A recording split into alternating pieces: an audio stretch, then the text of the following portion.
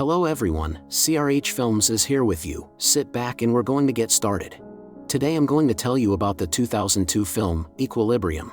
The beginning of the movie tells us about the devastating events at the beginning of the 21st century, World War III.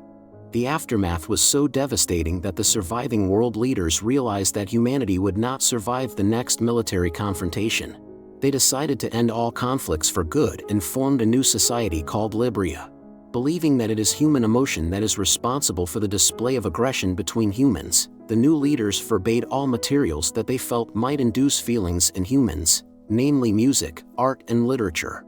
To enforce the rules, they created a new force, the Grammaton Cleric, which has the task of detecting and eliminating violators, people who continue to keep objects of art in defiance of the law and who refuse to take the drug prosium, designed to suppress human emotion.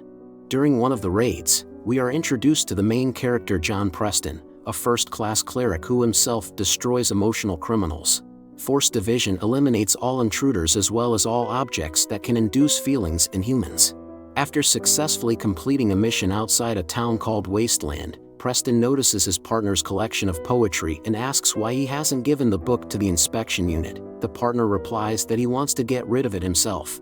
As the hero drives through the streets of Libria, you can hear propaganda saying that people have been freed forever from any emotion and as a consequence from the threat of war.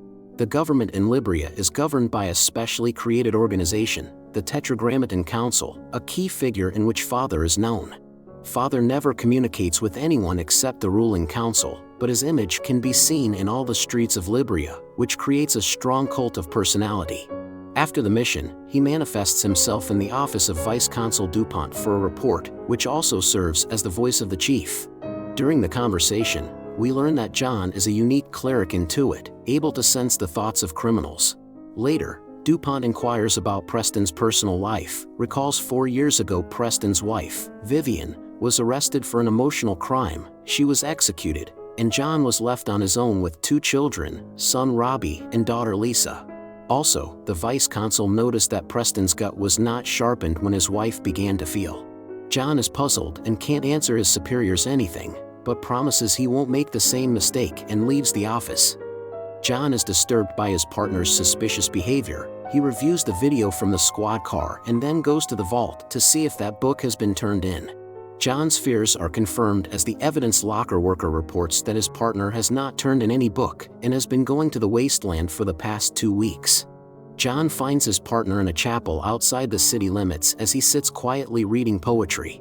Partridge believes that humanity has made a grave mistake since emotion was the only thing that made them human. He reads the poem to John before he shoots him in the head. Right after that, Preston meets his new partner Andrew Brandt, a promising young man who wants to reach the same heights in his career as John. Upon arriving home, John approves of his son Robbie committing snitching on his friend who has been crying in secret. He then lies down on his bed but cannot sleep. He is haunted by the lines he read by his partner shortly before his death. Also remembers the moment Vivian was detained. The clerics burst into their apartment without warning, showing a warrant after John almost killed them. Before leaving, Vivian kissed John and asked him not to forget her. The next morning, John, washing his face, accidentally breaks a capsule of prosium. His son Robbie notices and tells John to report to Equilibrium for a new dose. Preston goes to the distribution center but does not replenish the medicine. Later his partner picks him up and they go on a new mission. A member of the resistance is discovered. When Preston apprehends the criminal Mary O'Brien, something changes in his behavior. Later, John prevents Brandt from executing the girl, saying that she must be kept until the next interrogation. During the conversation, John fails to learn any information, but his emotional state becomes even more palpable. He decides to distract himself and watches as Vice Consul Dupont trains future clerics who learn a deadly martial art that teaches fighters to predict the actions of criminals and to master firearms to perfection. Upon returning home, the protagonist purposely fails to take the drug, resulting in a dream about Vivian interspersed with Mary's words from the interrogation room. John first wakes up in a cold sweat, after which he discovers an extremely beautiful flourish. Realizing that he is beginning to feel emotions, he runs to the bathroom to take a prosium, but stops at the last moment. On the way to work, John throws out the vials, changes in his life immediately. He wants to enjoy the new emotions. He touches the railing, feeling the cold from them, and observes the inhabitants. On arriving at work, he begins to arrange things on his work desk. It is noticed by his partner. To his questions, Preston uses a win-win option with optimizing the workplace. Here they move into the wasteland together to eliminate 50 people who had previously attacked the Prosium factory. Naturally, during the assault there is no escaping casualties among the criminals, but specifically this time the protagonist shudders when he kills one of the resistance members, though he doesn't show it explicitly. Wandering around the building, he finds himself in the altar of the lawbreakers. Among many things, he finds a vinyl record of a Beethoven composition and immediately turns it on. The tune makes a very strong impression on John that he even begins to cry like a baby. This is followed by the standard procedure of destroying the contraband. Brant notices a book in his partner's pocket that he did not send to the flames. The situation is exactly the same as that of the dead Earl.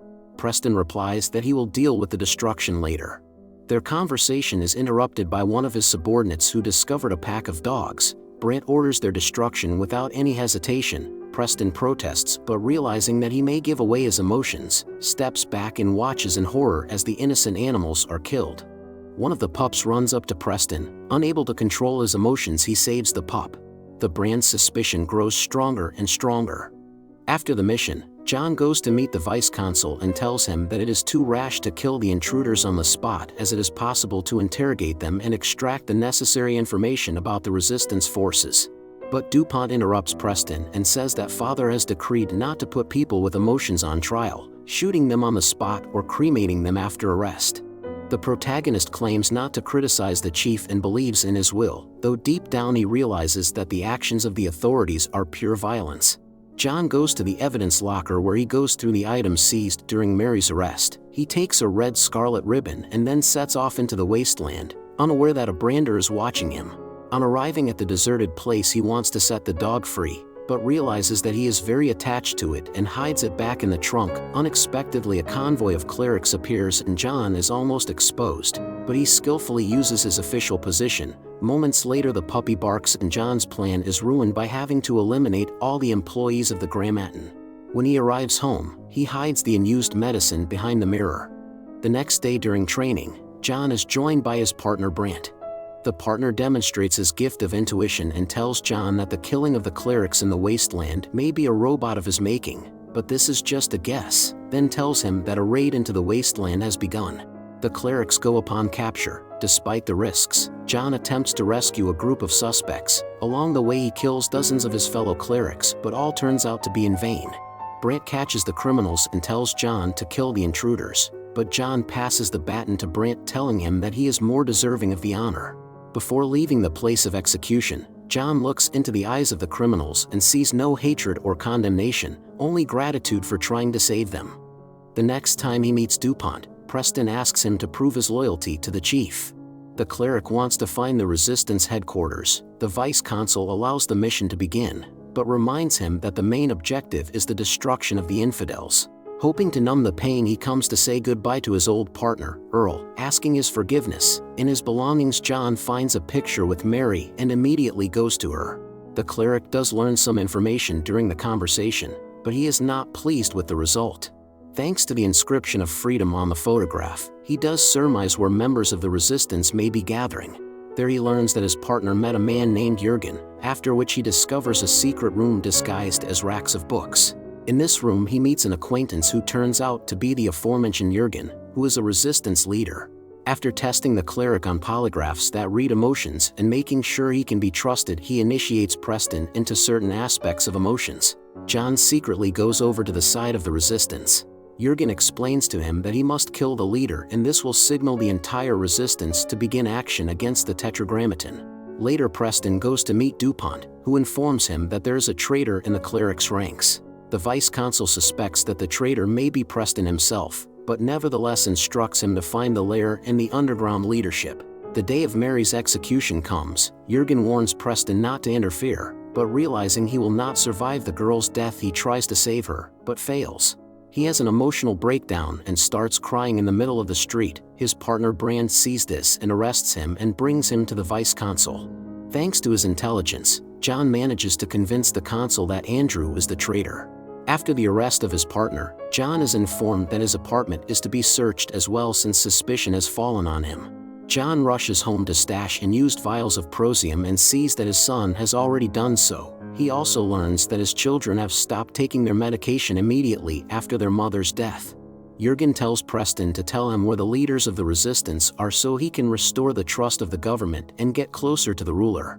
John goes to meet the chief and learns that Brandt was only formally detained. It was a plan to expose Preston. He also learns that the chief died long ago and DuPont uses his face to control the emotionless society, while not taking prosium himself. John is enveloped in hatred as he makes his way through the armed guards, killing them all, clearing a path to DuPont's office. Entering it, he first takes out his personal guards and then his partner Andrew Brandt. Afterwards, Preston and DuPont engage in a skirmish. Thanks to his skill, Preston manages to snatch the gun from his opponent. DuPont, not wanting to die, tries to postpone the moment, but John kills him anyway. Later, he destroys the command center from where all the propaganda is broadcasted, and happy with a scarlet ribbon in his hands watch as the prosium factories explode.